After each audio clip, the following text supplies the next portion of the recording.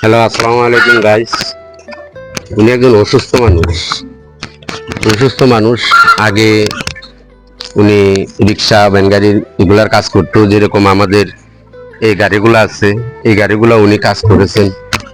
উনি এই গাড়িগুলা কাজ করতো, কিন্তু দুঃখের বিষয় হলো উনি অসুস্থ হয়ে যাওয়ার পর ওনার প্রচুর টাকার প্রয়োজন। ওনার ফ্যামিলিতে ইনকাম করার মতো আর কেউ নাই, কিন্তু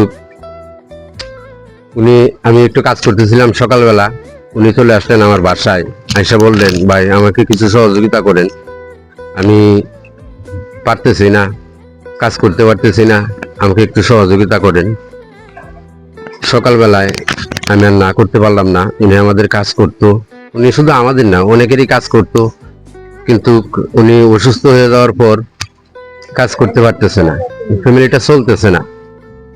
বিশেষ করে ওনার ফ্যামিলিটা চলার জন্য বা উনি সুস্থ হওয়ার জন্য কেউ যদি মনে করেন যে আমাদের ভিডিওটা দেখে সহযোগিতা করতে চান, তাহলে হয়তো আমাদের ইনবক্সে নাম্বারটা দেওয়া থাকবে। আপনারা সকলেই চেষ্টা করবেন ওনাকে একটু সহযোগিতা করার জন্য। আর আসলে আমার আইডিটা কিন্তু ছোট, আমি তেমন বড় আইডি না আমার, যে হয়তো ভিডিও দিলে অনেকে আমাদেরকে অনেক টাকা পয়সা দিবে। কিন্তু আমি আমার পক্ষ থেকেই আমি আমার যা সামর্থ্য কুলাইছে আর কি, তাই আমি চেষ্টা করছি। তাই ভাইয়ের জন্য আমি 1,000 টাকা নিচ্ছি। এই 1,000 টাকা ভাইকে দিলাম।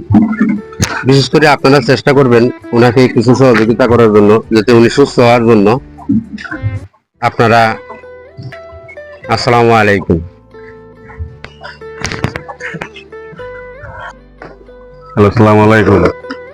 আমি কুশাতুলি মেডিকেলে যাবত বিগত 2 মাস যাবত আমি স্ট্রোক হইয়া পড়ে রয়েছি। আমার ফ্যামিলিটা একটা ছোট হলে কিন্তু আমার কামাইয়েরও নাই। আমি একজন কামাই রুগী, আমার কামাই বন্ধ হয়ে গেছি। আমি তার গাড়ি ঘোড়া কামটাম করে মেনে চলতাম, এই চলার এবারে বন্ধ হয়ে গেছে। আমরা যদি আমার সহযোগিতা করেন ভাইয়ের বহনটা শুনে, তাহলে আমার একটু ভালো হইব। একটু শেয়ার করে দিন আপনারা। ধন্যবাদ।